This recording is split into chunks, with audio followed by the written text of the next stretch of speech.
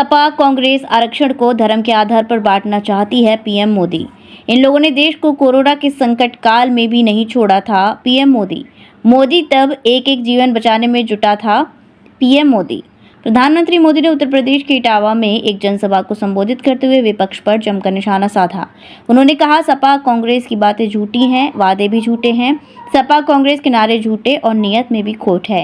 ये लोग लगातार झूठ बोलेंगे, उससे चाहे देश का, समाज का कितना भी नुकसान क्यों न हो। उन्होंने कहा, इन लोगों ने देश को कोरोना के संकट काल में भी नहीं छोड़ा था। मोदी तब एक एक जीवन बचाने में जुटा था।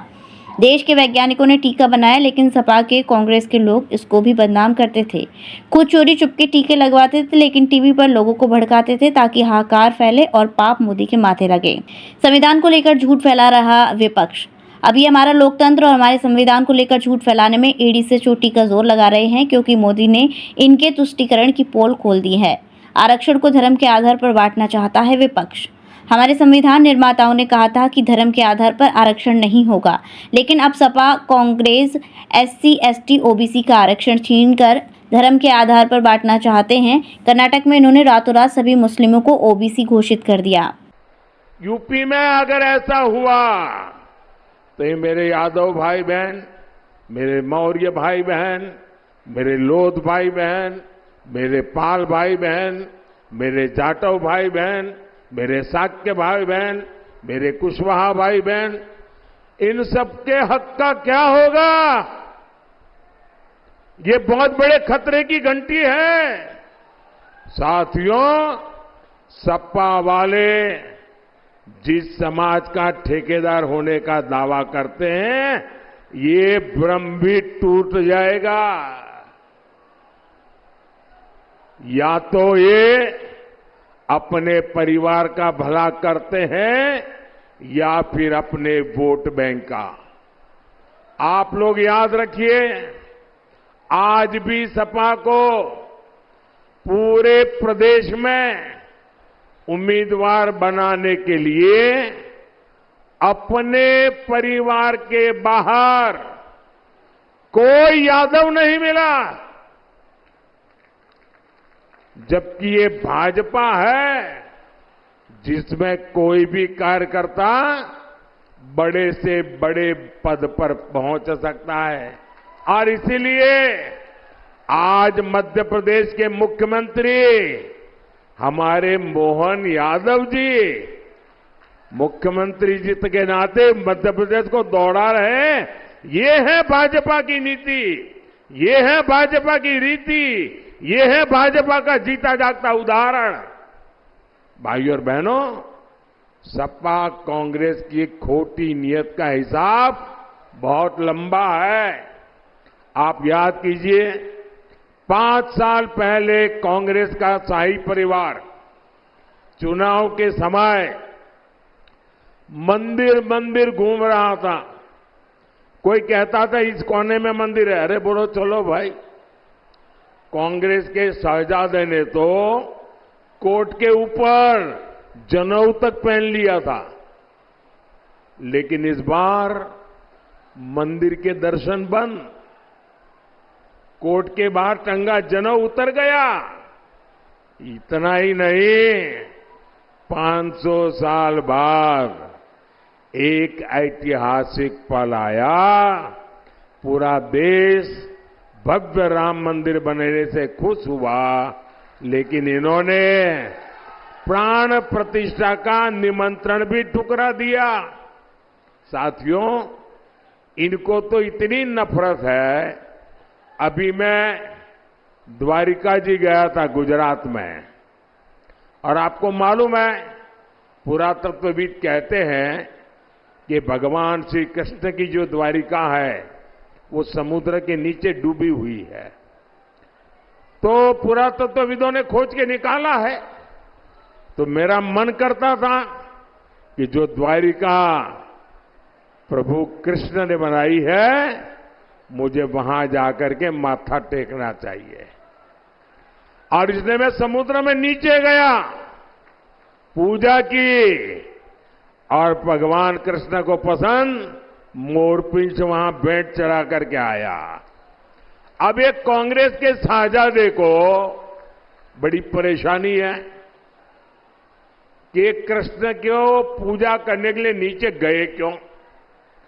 अब मैं ये यहां के सपा वालों को पूछना चाहता हूं, अरे आप तो अपने आप को यदुवंशी कह रहे हो, श्री कृष्ण के वारिस कह रहे हो, और देश का प्रधानमंत्री श्री कृष्ण की पूजा करे और तुम्हारे अपने साथी उसकी आलोचना करे। अरे तुम काहे को यदुवंशी हो रहे।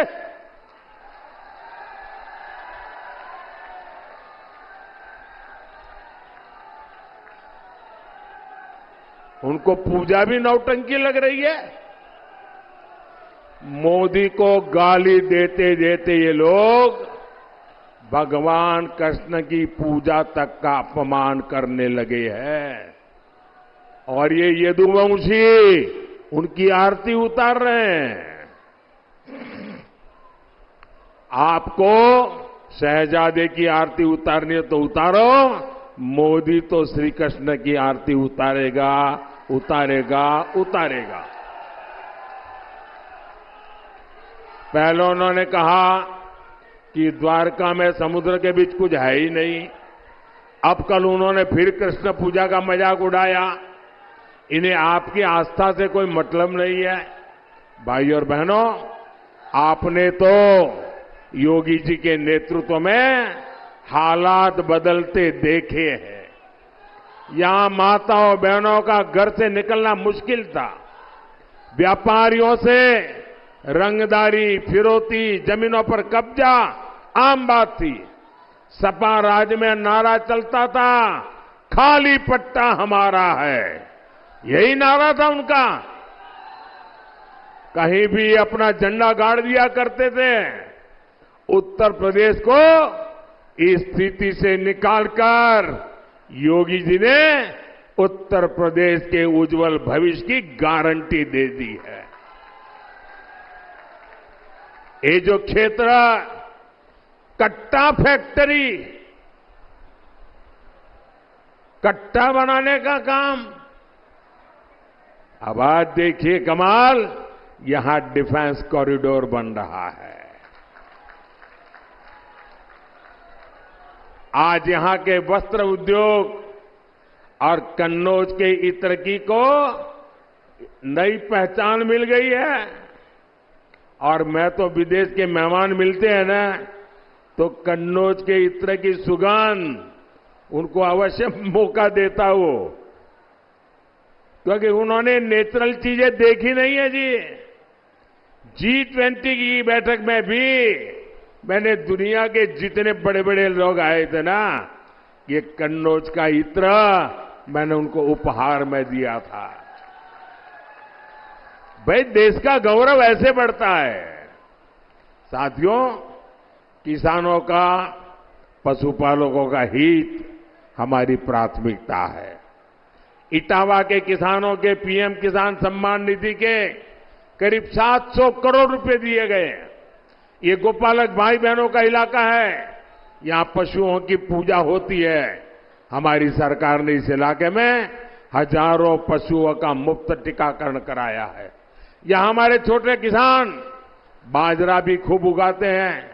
आपके बाजरे को श्री अन्न के रूप में दुनिया के बाजारों तक पहुंचाऊंगा, ये मोदी की गारंटी है।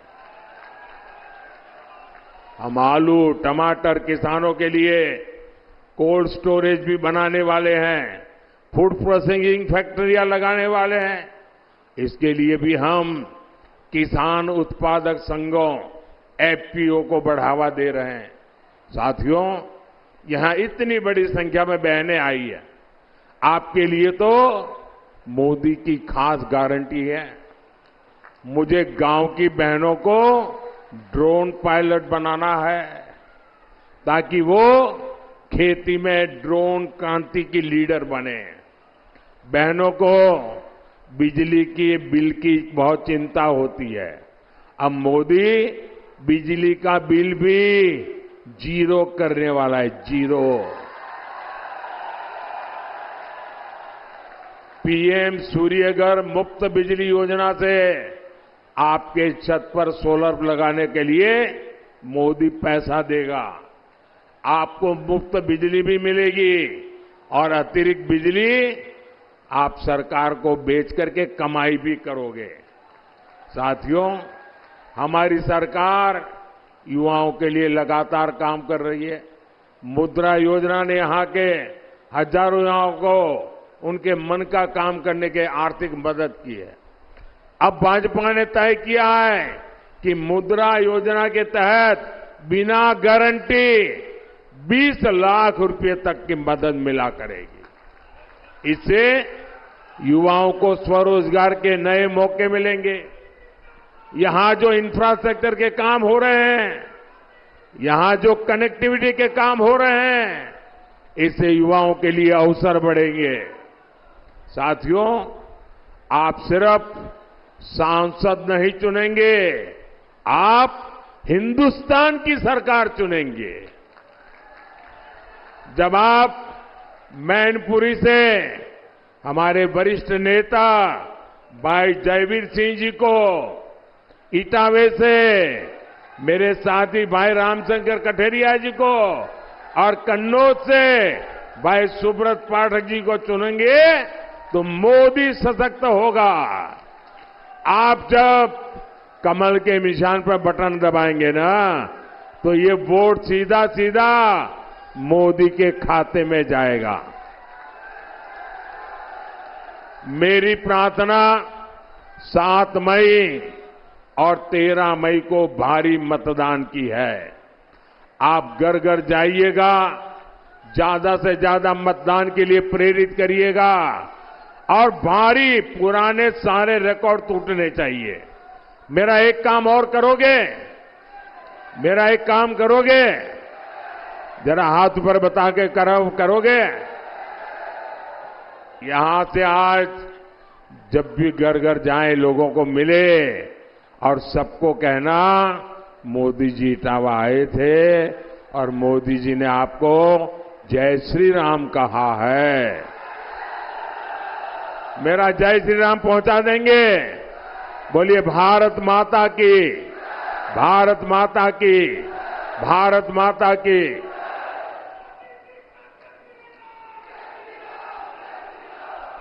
शादी का सीजन हुआ शुरू, जिसके लिए न्यू साड़ी रेडीमेड एम्पोरियम आपके लिए लेकर आए हैं एकदम फ्रेश स्टॉक, जहां आपको मिलेंगे डिजाइनर लहंगे 6000 से लेकर 60000 तक, वहीं हैवी डिजाइनर साड़ियां 2500 से लेकर 25000 तक और हैवी शॉर्ट्स एंड स्टॉल्स भी अवेलेबल। तो आज ही आए Shri New sari and Emporium, Holi Gate, Mathura.